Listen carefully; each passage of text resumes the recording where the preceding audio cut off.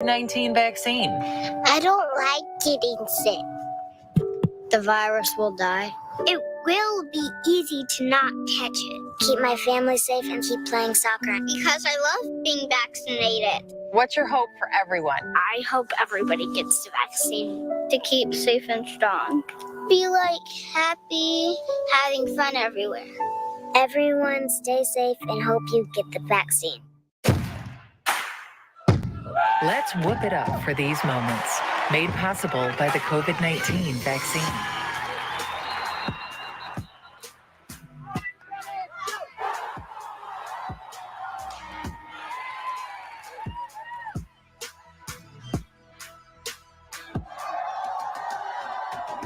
Keep the cheering going by keeping yourself protected and your COVID-19 vaccines up to date. In the face of COVID-19, staying healthy is important. And now the same is true as we face the flu. Influenza has the potential to infect millions, putting lives and the healthcare system at risk. Fortunately, it's easy to protect yourself. The flu vaccine is safe and effective, and with COVID-19 still spreading, it's essential. To see how you can hit this virus head-on, visit michigan.gov/flu. Now that the vaccine is available for children 5 and up, why do you recommend it? Kids are part of the community, and they can spread COVID. We're seeing both healthy children getting sick from the virus as well as children with underlying health conditions. They can easily bring the virus home to other people that are vulnerable and make them sick as well. This vaccine can change that and keep children safe. It's essential that your children get vaccinated to protect them, to protect your families, and to protect those in the community around you. I'm feeling good. Let's savor these moments. Made possible by the COVID-19 vaccine.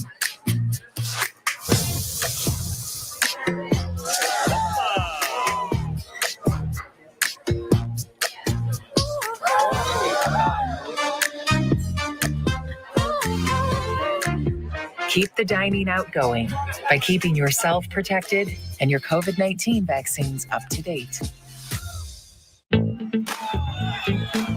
Let's relish these moments, made possible by the COVID-19 vaccine.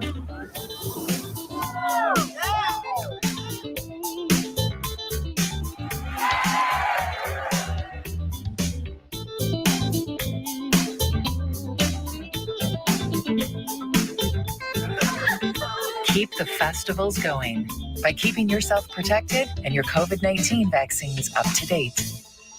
Can I ask you a question? Why do you want to get the COVID-19 vaccine? I don't like getting sick. The virus will die. It will be easy to not catch it. Keep my family safe and keep playing soccer. Because I love being vaccinated. What's your hope for everyone? I hope everybody gets the vaccine. To keep safe and strong. Be happy, having fun everywhere. Everyone stay safe and hope you get the vaccine. You're listening to 89.3 WBLD Orchard Lake and 88.1 WBFH Bloomfield Hills, your radio homes for the Megacast. Today's edition of the Megacast begins now.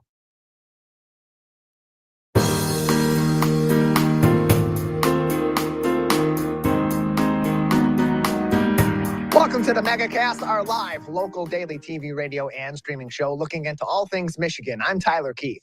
Today we'll be talking to a number of people about topics of interest and importance to Michiganders like you. Let's get started with what's making headlines today on CivicCenterTV.com's local news page. Our top story comes from Miriam Marini at the Detroit Free Press. The summer season is over, but construction season, come on, this is Michigan. When you think of construction in southern Michigan, you probably think of I-75, whose modernization plan continues its progress this fall. 2 ramps will close, another 2 will reopen after previously being closed, and traffic will be cut off to both east and westbound I-696, all as part of a third section of the modernization project, this time from 8 Mile Road to just north of 13 Mile. This article has a listing of some of the many ways that your commute may be affected by this construction beginning on this week, Friday. Also, you can learn more by visiting modernize75.com. That's modernize75.com. That's also linked in this article from the Detroit Free Press on our website, CivicCenterTV.com. on our local news page. Also making headlines on our local news page today from Peg McNichol at the Oakland Press. DTE this time, they're planning a power outage, one that will affect over 250 customers for about 2 hours. Today, that outage will occur on Pontiac's east side as DTE crews make electrical systems repairs. DTE is urging residents and business owners alike to prepare by unplugging electronics, especially those sensitive electronics like televisions, computers, and others, that in order to prevent any damage that may occur as repairs are underway and power goes on and back off. And of course, as power is being finally restored, as often when that happens, there are surges. And if you don't have those devices on the surge protector, they could be damaged by the power being restored. For more information or for questions and concerns about this, we urge you to contact your DTE Energy provider, and the information on your local provider for DTE Energy will be available on your bill from DTE.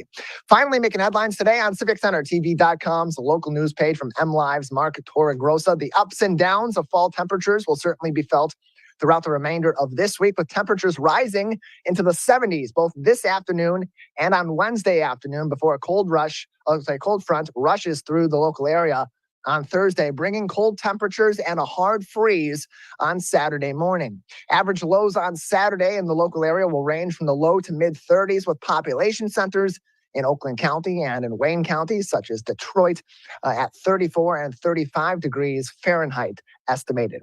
Light precipitation at best is expected this week, particularly on Thursday.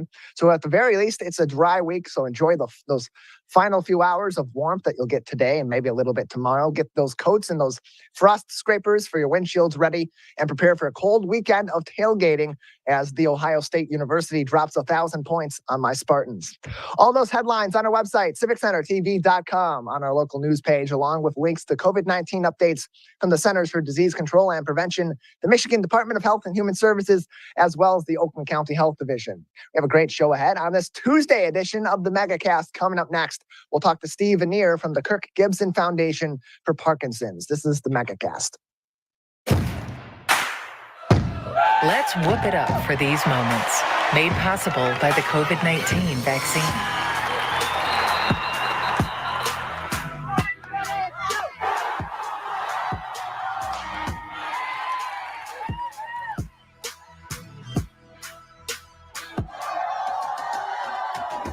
Keep the cheering going by keeping yourself protected and your COVID-19 vaccines up to date. In the face of COVID-19, staying healthy is important. And now the same is true as we face the flu. Influenza has the potential to infect millions, putting lives and the healthcare system at risk. Fortunately, it's easy to protect yourself. The flu vaccine is safe and effective, and with COVID-19 still spreading, it's essential. To see how you can hit this virus head on, visit michigan.gov/flu. Now that the vaccine is available for children 5 and up, why do you recommend it? Kids are part of the community and they can spread COVID. We're seeing both healthy children getting sick from the virus as well as children with underlying health conditions. They can easily bring the virus home to other people that are vulnerable and make them sick as well. This vaccine can change that and keep children safe. It's essential that your children get vaccinated to protect them, to protect your families, and to protect those in the community around you. Let's savor these moments, made possible by the COVID-19 vaccine.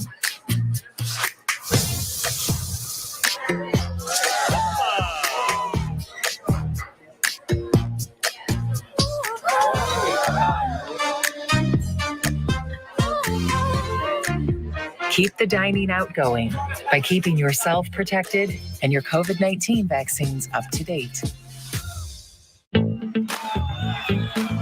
Let's relish these moments, made possible by the COVID-19 vaccine.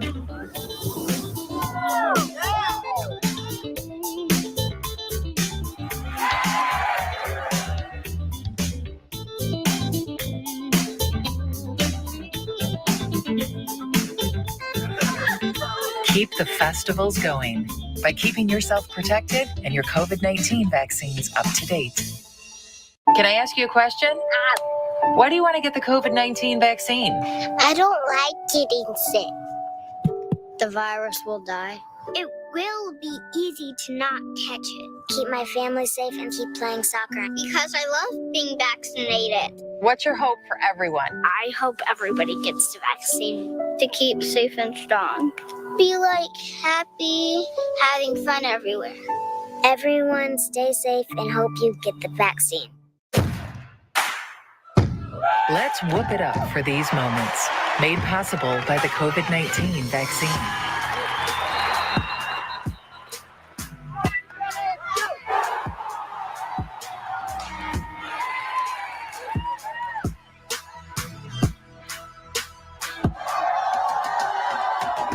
Keep the cheering going by keeping yourself protected and your COVID-19 vaccines up to date.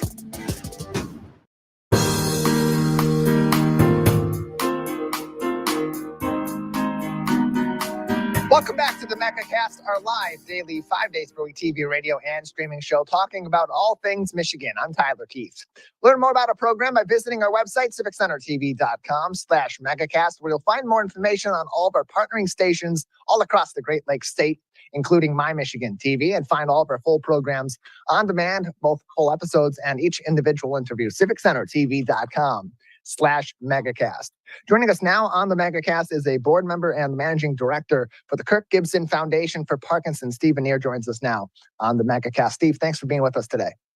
Oh, thanks. Thanks for having me on. Appreciate it. Yeah, appreciate having you on as well. So first off, tell us about your journey to being involved with the Kirk Gibson Foundation for Parkinson's. How did you get in contact with this organization? And then, of course, get involved now as a board member and the managing director.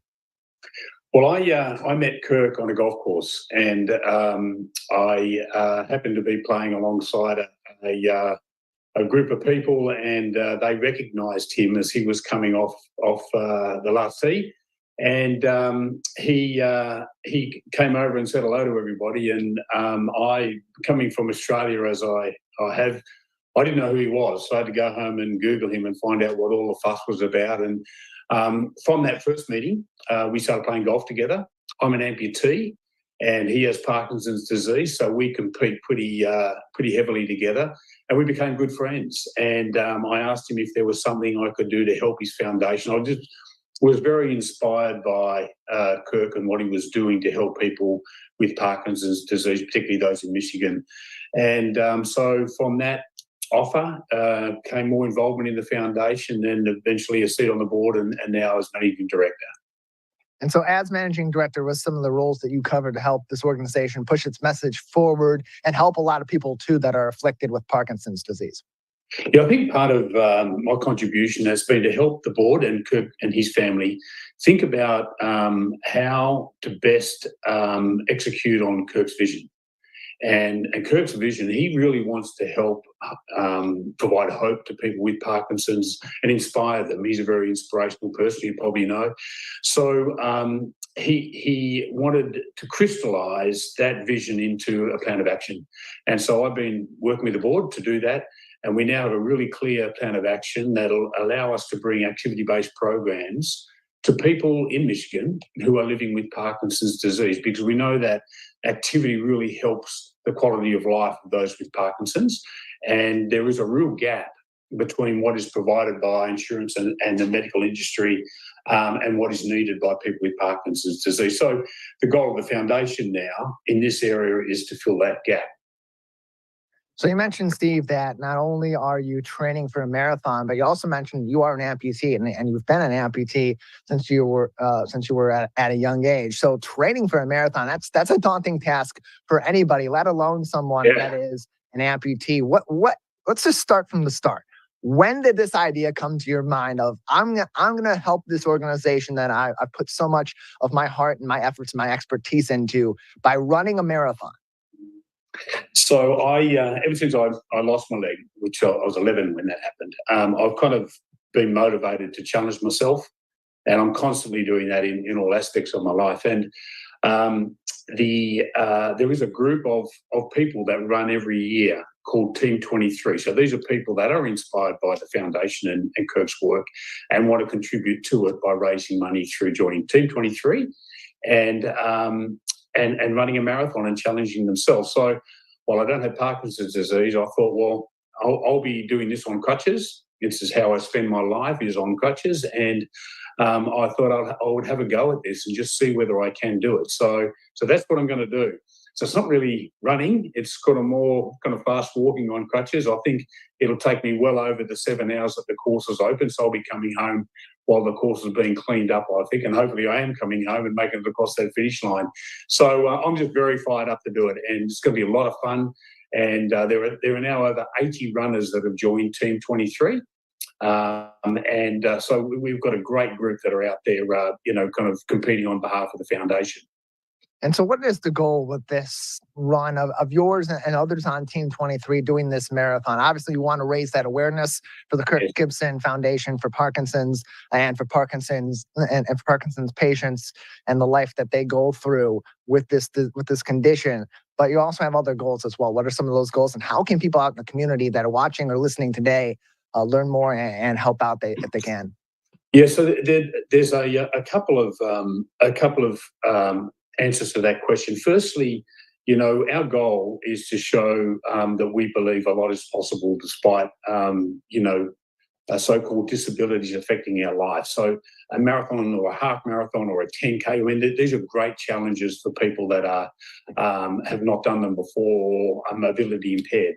So that's one thing, that's the message, that we can get out there and have a real go in both in a marathon and in life. Secondly is, if people are interested to help us, our goal is to raise $100,000. And we've got a GoFundMe account, which they can access through our website, the kirkgibsonfoundation.org. And we would really encourage people and love people to support us financially to raise this $100,000. That's a wonderful thing. Thirdly, if anybody is really interested in helping the foundation and contributing their skills to the foundation, they can contact me through the website. And I'd love to talk to anybody that would like to volunteer their time to help us move the foundation and its activities forward. We're joined by Stephen Neer. He is the managing director and board member for the Kirk Gibson Foundation for Parkinson's, joining us today on the Megacast. You can again find more information on their website, kirkgibsonfoundation.org. That is kirkgibsonfoundation.org for more information. You go to their homepage, and right there on the homepage, there's information about Steve and Team 23's aim to not only run this marathon and raise awareness for Parkinson's and for the Kirk Gibson Foundation, but also to raise $100,000 in the process. You can join in on the festivities and help them out by going to their website, kirkgibsonfoundation.org. They've already raised $8,220 out of that $100,000 with just 24 donations so far. So you can contribute to that. So plenty of time left to contribute to that GoFundMe as they prepare for the Detroit Free Press Marathon on October 16th. Steve, how much of a factor did it play into to have this fundraiser happen for this particular marathon in the city of Detroit, where Kirk has made such a great contribution over his many years, and of course this being his home state here in Michigan? Yeah, that's really important to us, and I think that's why there's been so much people joining Team 23 and getting involved in this event, which we've been doing every year, and every year it gets stronger and stronger and stronger. Kirk is a Michigan hero, but I don't have that background and history of watching him play baseball. For me, his heroism is in the way that he fights Parkinson's disease every day, but also the way that he really he will talk to anybody and help anybody that reaches out to him that needs help. He is such a compassionate person. He's such a giving person of his time and his energy and his financial strength. So he's a wonderful person. And so thank you so much for highlighting what we're doing with Team 23 and the marathon, and hopefully we can get some support today. Again, the website, kirkgibsonfoundation.org, kirkgibsonfoundation.org. Team 23 will be participating in this year's Detroit Free Press Marathon, Sunday, October 16th, downtown. Sunday, October 16th. If you want to go cheer on Team 23, another great way you can cheer them on from the race or from home, it's at kirkgibsonfoundation.org. Right at the top of their website, one team, one goal, defeat Parkinson's. There will be a link to click on to go to their GoFundMe as they try to raise $100,000 to go toward their battle against Parkinson's on their website, kirkgibsonfoundation.org. And you mentioned that Team 23, Steve, continues to grow. If people want to join Team 23, either for this year or in the future for other marathons and fundraising efforts, how can they go about doing that? And we'd love to have them for sure. Yeah, thanks. So they can just contact us through the website, and things are explained pretty well there. So that's the best way to get in touch with us. kirkgibsonfoundation.org/contact for that. They have a fill out form right there, as well as some frequently asked questions about the organization, as well as kirkgibsonfoundation.org/contact. We're joined by Steve Vanier. He is the managing director and one of the board members for the Kirk Gibson Foundation, with us on today's edition of the Megacast. He is one of also the members of Team 23. Will be running the Detroit Free Press marathon on Sunday, October 16th, here in our local area. And Steve, beyond the fundraiser here and the Detroit Free Press Marathon, what are some other efforts that are currently being worked on by the Kirk Gibson Foundation to raise funds and raise awareness for Parkinson's here in Michigan? Yeah, so the focus of the organisation is really centred on what we can do to bring these activity-based programs to Michigan. So we have been researching the market and what else is happening in the US to do this, and looking for best practice. So we want to provide best practice to people that do have Parkinson's disease here, and we're working on those programs now. So over the next couple of years, we'll be rolling out those programs into the Michigan communities and provide that access free, as much as we possibly can, free to people that have Parkinson's. So these are exercise programs such as boxing, such as yoga, such as Tai Chi, such as vocal exercises and diaphragm strengthening exercises, very important to Kirk as a commentator, that really have been proven to help people fight off the effects of Parkinson's disease. So the cure for the disease may be some time away yet, and there are many organisations, including Michael J. Fox's organisation, that are working on the cure. What we're trying to do is help people live with the disease and live a great life with the disease. And Kirk's very inspirational in the way he personally goes about that. So that's the primary set of activities that we're focused on right now. The second thing is, you spoke about awareness. So we want people who have the disease and their carers and their families to be aware of the resources available to them, and also to help them as a support network, so that they can understand there are other people going through the same journey as they are, not just as the person with the disease, but also their caregivers and their families, who can be very, very heavily affected when this happens to a family member. So building a stronger support network, and there are other organisations in the community in Michigan that are looking after this as well, but joining with them and building a stronger support network. And then the third thing is to be an advocate in the medical and insurance industry, which is a longer term program for us, to look for better support for people that do have the disease. So there's very limited insurance company support right now. So if somebody is diagnosed with the disease, that insurance doesn't kick in for very long. So what we want to do is to expand the cover that people have, and so that they can have their care funded for a longer period of time. So they're the three things: exercise-based programs, being a support network, and advocating for better financial support. We're joined by Steve Vanier. He is the managing director as well as a board member for the Kirk Gibson Foundation for Parkinson's, joining us today on the Megacast. Again, you can contribute to Team 23, inquire about joining them at this year's Detroit Free Press Marathon, as well as other future events, and of course contribute to the $100,000 fundraising goal for this Detroit Free Press Marathon, happening on Sunday, October 16th, by visiting kirkgibsonfoundation.org. kirkgibsonfoundation.org. It's right there as you go to their homepage. All the information you need to learn about their efforts at the marathon, Steve's efforts at the marathon, and their goals to raise $100,000 by October 16th. Help them out, kirkgibsonfoundation.org. Steve, anything else we should know about the work being done at the Kirk Gibson Foundation at this time, or anything else we haven't discussed today?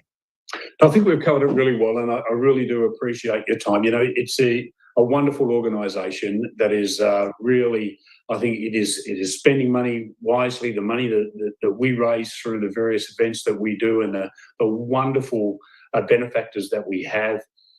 So we're very careful about where that money goes and how it's spent. We don't like to spend a lot of money on fundraising, but rather to put that money into action. And we're going to do that increasingly with greater impact. There's 33,000 people that have Parkinson's disease in Michigan. And so being able to impact their lives in a positive way is a wonderful outcome for the organisation. And we're very driven by that. Kirk is really increasing the strength of the team that's involved, and we're becoming more and more impactful, which is wonderful. Steve, appreciate your time. Thank you so much for telling us more about everything happening at the Kirk Gibson Foundation and, of course, your efforts with the upcoming Detroit Free Press Marathon. Thanks, Todd. I really appreciate your time. Appreciate it as well. KirkGibsonFoundation.org for more information and to contribute to their current ongoing fundraiser as well as fundraising efforts in the future. KirkGibsonFoundation.org. We'll take a break on the Megacast. When we come back, we'll explore some of the fun events happening for the spooky season right here in Oakland County. Keith Aldridge from Canterbury Village joins us next. You're watching and listening to the Megacast. In the face of COVID-19, staying healthy is important. And now the same is true as we face the flu. Influenza has the potential to infect millions, putting lives and the healthcare system at risk. Fortunately, it's easy to protect yourself. The flu vaccine is safe and effective, and with COVID-19 still spreading, it's essential. To see how you can hit this virus head-on, visit michigan.gov/flu. Now that the vaccine is available for children 5 and up, why do you recommend it? Kids are part of the community and they can spread COVID. We're seeing both healthy children getting sick from the virus as well as children with underlying health conditions. They can easily bring the virus home to other people that are vulnerable and make them sick as well. This vaccine can change that and keep children safe. It's essential that your children get vaccinated to protect them, to protect your families, and to protect those in the community around you. I'm feeling good. Let's savor these moments, made possible by the COVID-19 vaccine.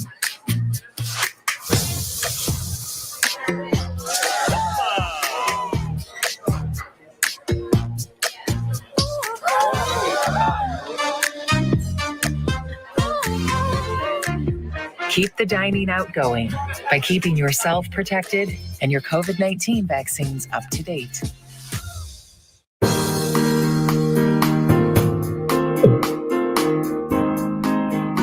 Welcome back to the Megacast, our live, local 5 days per week TV, radio, and streaming show about all things Michigan. I'm Tyler Keefe. Learn more about our program on our website, civiccentertv.com/megacast, where you'll find more information on all of our partnering stations across the Great Lakes state, including My Michigan TV. There you'll also find us on demand, full episodes and individual interviews as well, so you can watch the Megacast on your time at your own pace and about all the topics that are most important to you.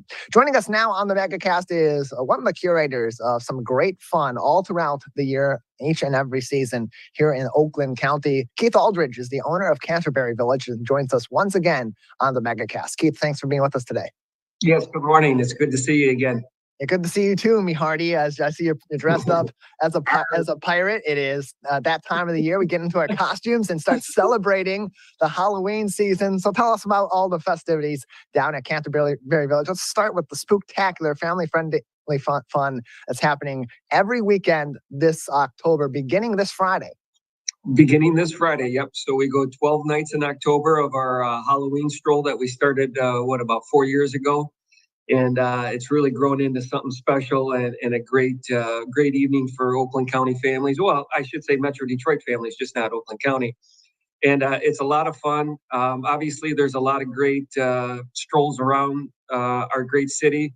We kind of feel ours is up there with the best of them. Our light shows and our quality of actors are really second to none. And then obviously you throw in the spookiness of the village when it's in the evening, and it's pretty good stuff for kids and for families. And it's happening. It begins on Friday, October 7th. Tickets are on sale also for your annual outdoor Halloween Wonderland live and festive attractions and experiences as well. There's really a whole lot of fun to be had at Canterbury Village all throughout the spooky season and throughout the fall as well, as people are looking for some outdoor fun, trying to keep things active as they get ready for the colder months of the year and trying to expend some of that energy from their kids before they're cooped up inside all winter. Exactly. Obviously, we got Yates Cider Mill here. So in the fall time, who doesn't love a good hot donut and some warm cider? And we have one of the best here at Canterbury with Yates Cider Mill, as I said. And then all the other great shops that we have here at Canterbury. And yeah, I tell you what, I'm looking forward to this weekend. We got some cool new props and some new attractions for a Halloween stroll. We actually have a children's hay maze for the first time ever. So I'm really looking forward to that. And then we have a new Gothic kind of scary wall with the ghosts and goblins that will be laser projected onto it. So I'm really looking forward to that one as well. So a couple of new cool attractions. And plus, when you have 35, 40 actors out, giving the kids a good time, it's a lot of fun. Yeah, that's what's really interesting about these events at Canterbury Village is you guys really do go all in on these to make them fun and interactive in a variety of different ways. It kind of brings all those elements together of a hayride, of a corn maze, and also of a haunted house, kind of all into one, but in a way that's family fun and able to be had by everybody that goes out to Canterbury Village, regardless of how spooky they're looking for October to be. You're correct. And obviously this Friday is our big charity night with Jay Juniors. Obviously, Jay Towers does a wonderful job with this charity and giving back to those children that are having some difficulties. And we've teamed up with him for the last few years. And Friday night is our big charity preview with Jay. And so come out and support. Hopefully we can cut him a nice big check like we have in the years past.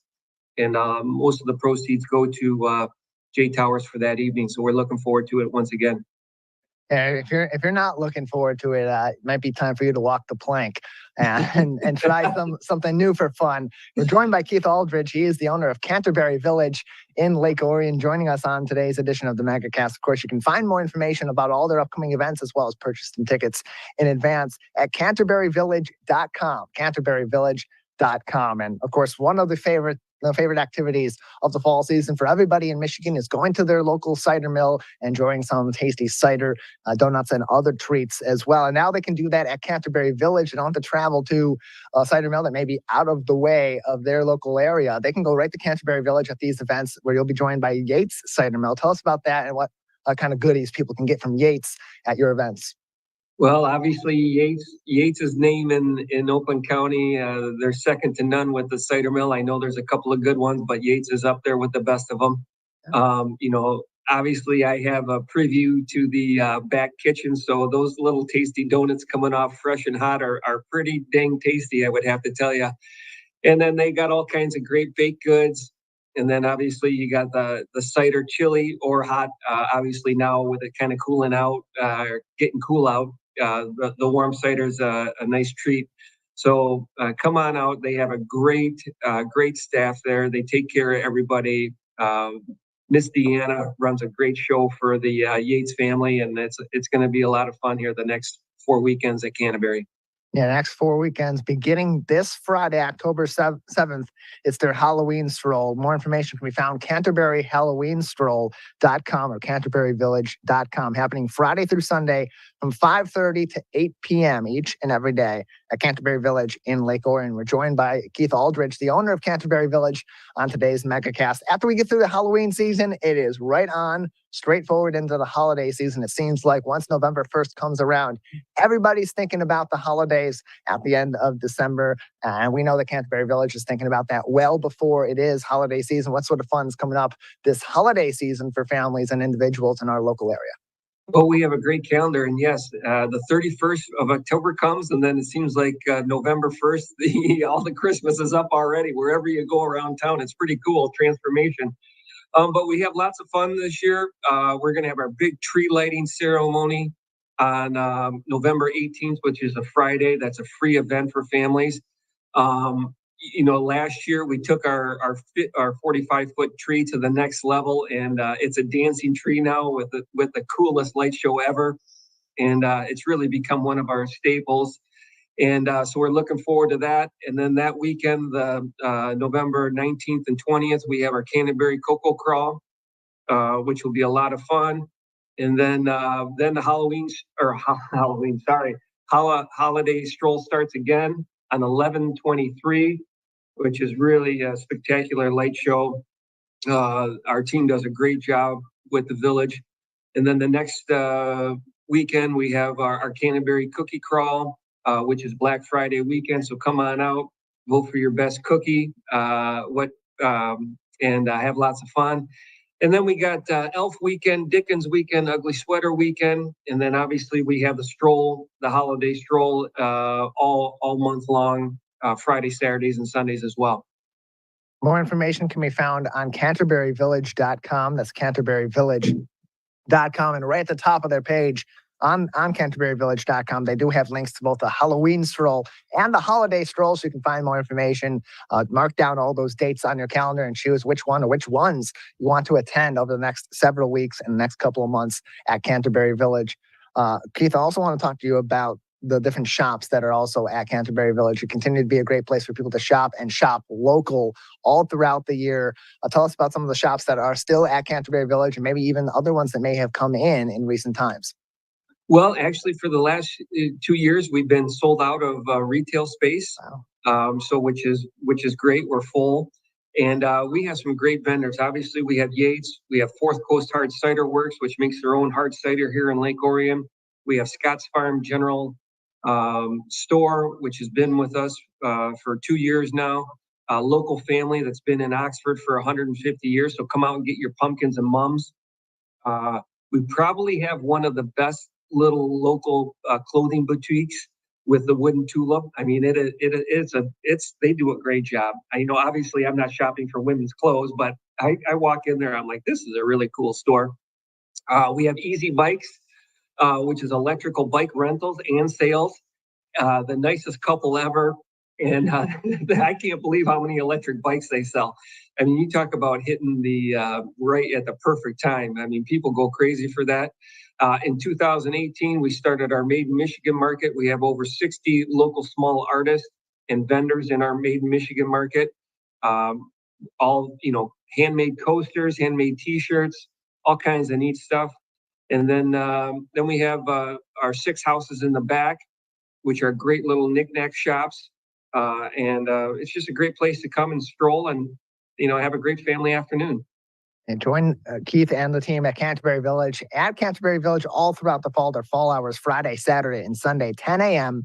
until 5 p.m. Yates Cider Mill will be there 10 a.m. until 8 p.m. You can also find more information on all their shops and all their activities at CanterburyVillage.com. CanterburyVillage.com with their location located on Jocelyn Road in Lake Orion. Keith, anything else for us or any other activities coming up that we haven't discussed today that our audience should be marking their calendars for in the next few months? Yep, they should be. So lots of fun and exciting stuff at Canterbury. Come out and see our great light displays, and our actors really take it to the next level. And they do a great job. So I'm looking forward to the fourth quarter and the holiday season here at Canterbury.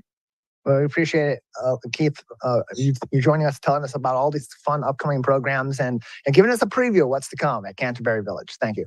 Thank you. Have a good one. You as well. CanterburyVillage.com for more information. Their Halloween stroll begins this week, Friday, and runs every weekend now through the Halloween season. CanterburyVillage.com for more information. We'll take a break. On the other side, we'll talk to one of the many charities supported by Share Detroit right here on the Megacast. Let's relish these moments, made possible by the COVID-19 vaccine.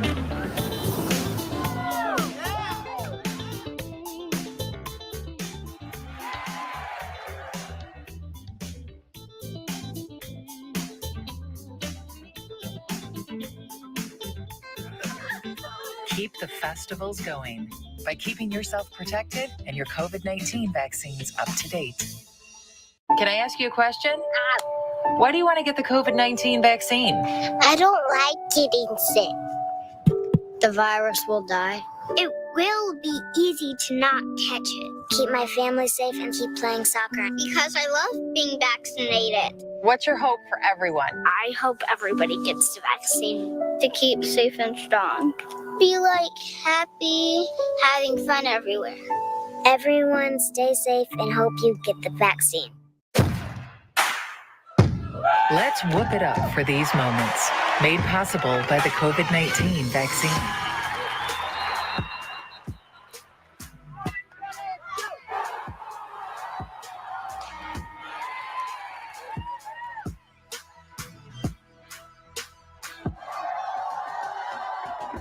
Keep the cheering going by keeping yourself protected and your COVID-19 vaccines up to date. In the face of COVID-19, staying healthy is important. And now the same is true as we face the flu. Influenza has the potential to infect millions, putting lives and the healthcare system at risk. Fortunately, it's easy to protect yourself. The flu vaccine is safe and effective, and with COVID-19 still spreading, it's essential. To see how you can hit this virus head-on, visit michigan.gov/flu.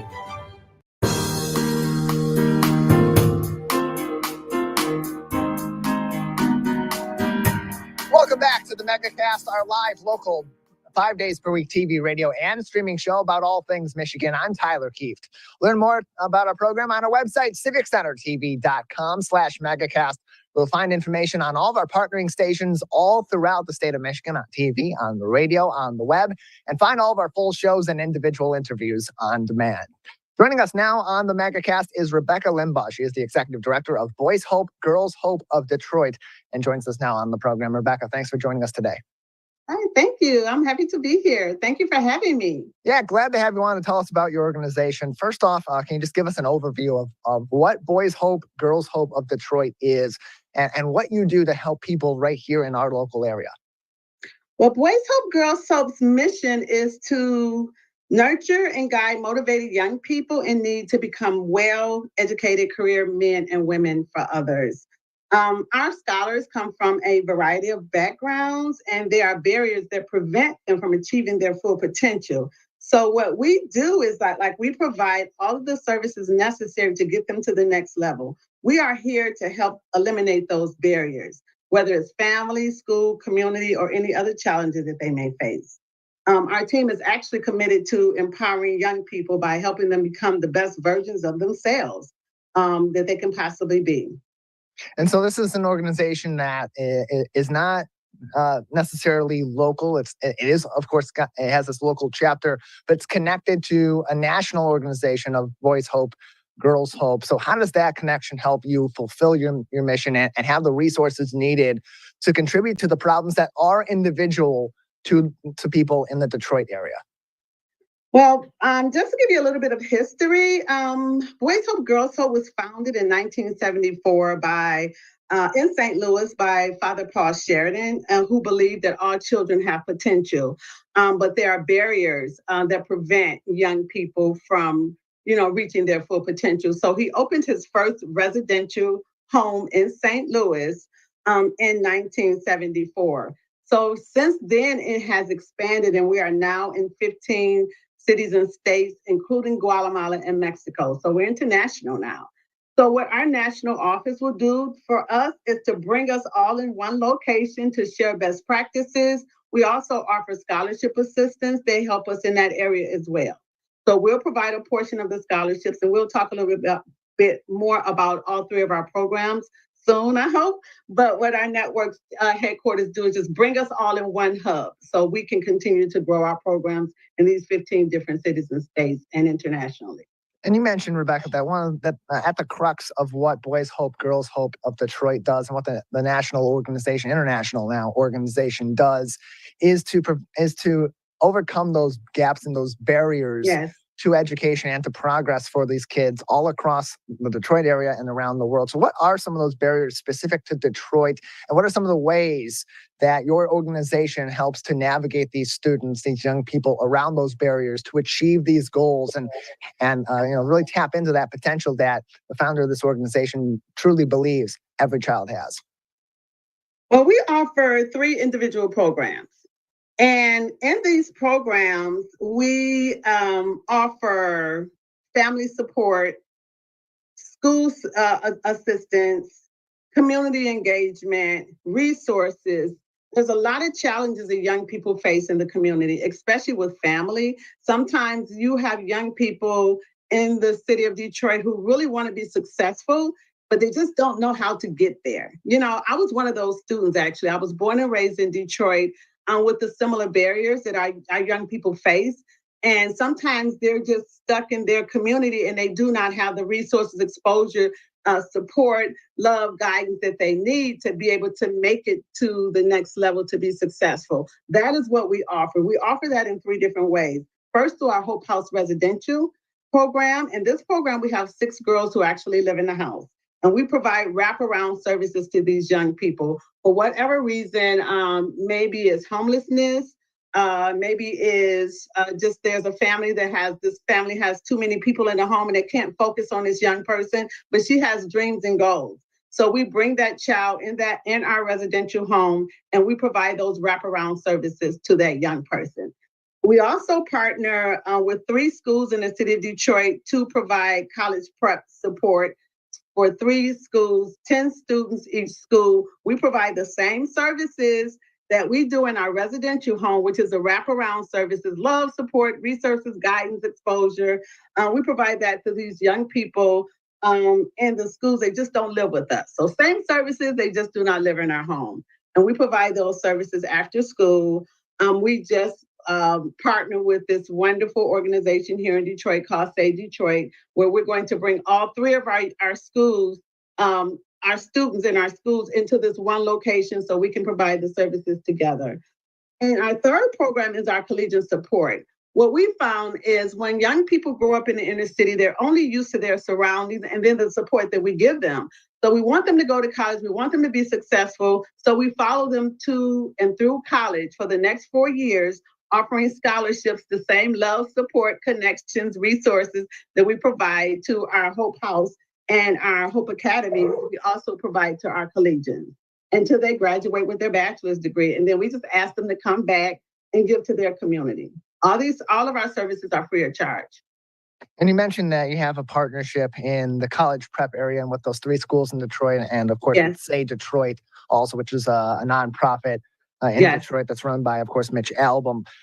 And it's been interesting over the last several years, especially during the pandemic, to see the ways that nonprofits and charities began to partner together even more than before to provide the services that they provide, but also to bridge some of those gaps in our society that really became that much more inflated and that much more visible to people that maybe weren't paying as much attention, or maybe it was just slipping by them in the past. Speak to that and how much partnership and community partnership really means to Boys Hope, Girls Hope of Detroit and its ability to fulfill its mission and provide these resources to kids that really need it. And then when they do receive it, are able to have such amazing outcomes as a result.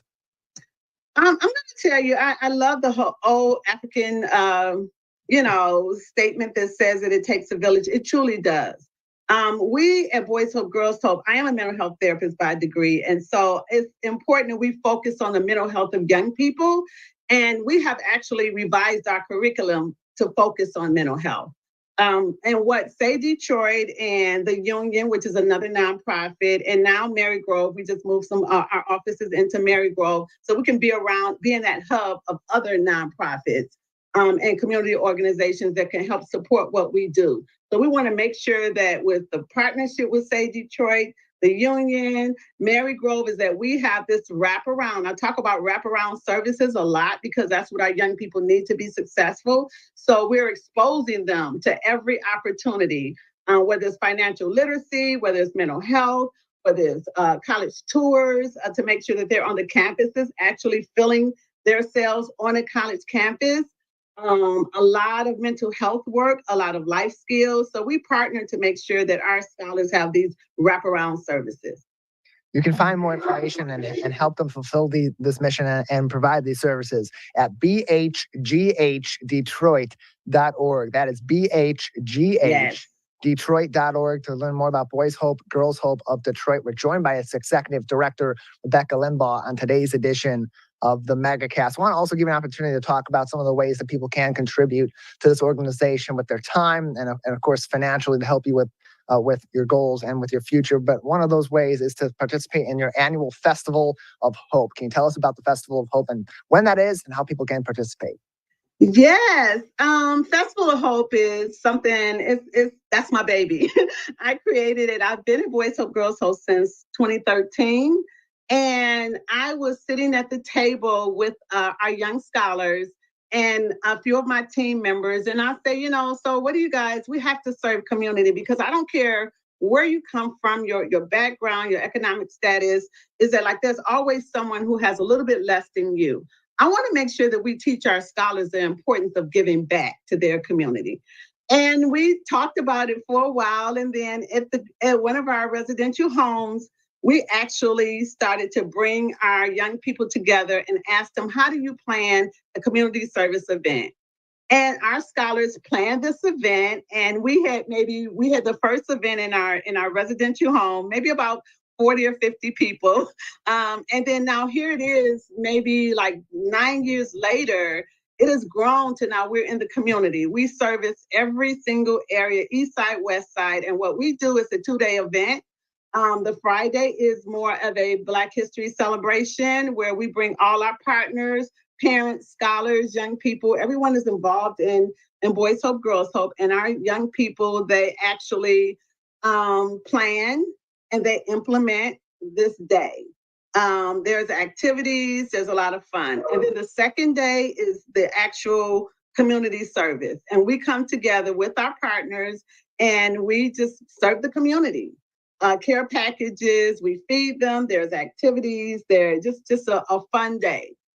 Specifically for the community. And what I found in our young people is like they truly love to give back to their community. So it's been big for us for the past 9 years, actually. You can find more information by visiting bhghdetroit.org, bhghdetroit.org/festival-of-hope, or just go over the events and news and select Festival of Hope to learn more information. We're joined by Rebecca Limbaugh, the Executive Director of Boys Hope, Girls Hope of Detroit on today's edition of the Megacast. Rebecca, I do want to give you some time to talk about how kids and families can get their young ones involved in this organization and get them access to these resources in those 3 key areas: residential, college prep, and support services. Because it's one thing to provide those services to people that you find, that you go out to and that you reach out to, but if someone is in need or if people are in need of these services, how can they best reach out to Boys Hope, Girls Hope of Detroit? Well, we're on every social media outlet, Facebook, Twitter, Instagram, and of course our website.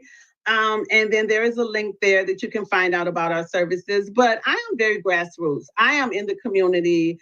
I am talking to our partners. I am in homeless shelters. I'm wherever you can find young people. I'm a youth advocate, actually. And I'm in schools. Wherever you can find these young people, I reach out to them. So we're in the community talking about who we are and the services that we can provide to young people in the city of Detroit, as well as on our social media outlets. More information can be found bhghdetroit.org. Again, it's their website, bhghdetroit.org for more information. At this time, what are some of the most important ways, the most significant ways that people out in the community that want to support your mission and your efforts in the Detroit area supporting these kids, how can they best contribute to Boys Hope, Girls Hope of Detroit at this time? Oh my goodness. Yes, you can go to our website. You can reach out to me individually, 248-342-9983. But we are in need. Our services are free of charge to all of our young people and our college students. For our residential home, volunteers to come in and prepare meals for our scholars, resources, any type of resources you can provide to run a house. Whatever you need to run your household, we need those same items in our household for 6 girls, so we're always looking for hygiene products. We're looking for school supplies. We're looking for anything you can provide for us to help us run our house effectively. For our academy programs, of course, always school supplies. We're in need of school supplies. A lot of the times the families of our young people are suffering as well. So we're always trying to prepare food baskets for our families, Christmas gifts, just whatever we can do to help our young people thrive and to help them feel comfortable about being with us, knowing that we're supporting their family as well. Collegiate Support, we're always looking for mentors. We're always looking for individuals to help us come and put together care packages to send to our college students. We have 95 students in college right now. So we're very small here in Detroit. We're growing, but we're very small. We have a staff team of maybe 12, but we're doing some really powerful work and we're servicing our 3 programs. So volunteers, mentors, individuals that can provide care packages for our collegians, whatever we can do to help them thrive.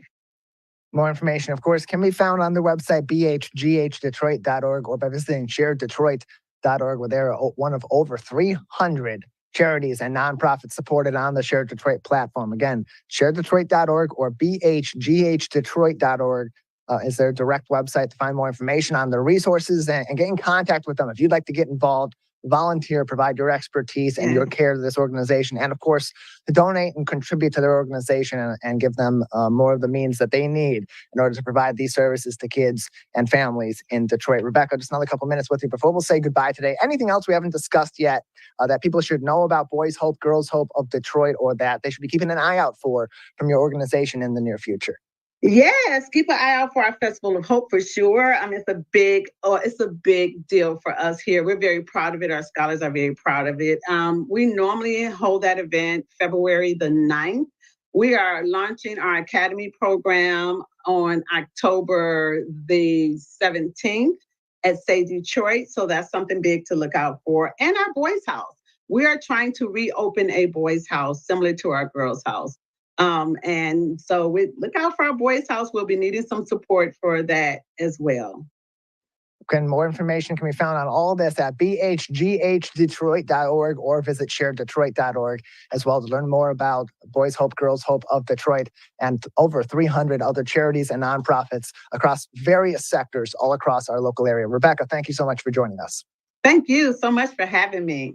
Appreciate it. Have a great day. Yes, you as well. bhghdetroit.org is their website for more information. That is going to do it for this Tuesday edition of the Megacast. I want to give a big thank you to everybody that joined us on this edition of the show. If you're just tuning in or you missed most of the program today, you can always find us on demand on civiccentertv.com/Megacast. Watch our full episodes back on your time at your own pace, or individual interviews. If there's certain topics that are of importance or of interest to you, you can watch us any way you want on civiccentertv.com/Megacast. There you'll also find information about ways you can watch us live and live to tape in your local area as well. Highly encourage you to also travel over to our local news page on civiccentertv.com for up-to-date info on COVID-19 from the Centers for Disease Control and Prevention, the Michigan Department of Health and Human Services, as well as the Oakland County Health Division, as well as news stories making headlines in every region of Detroit,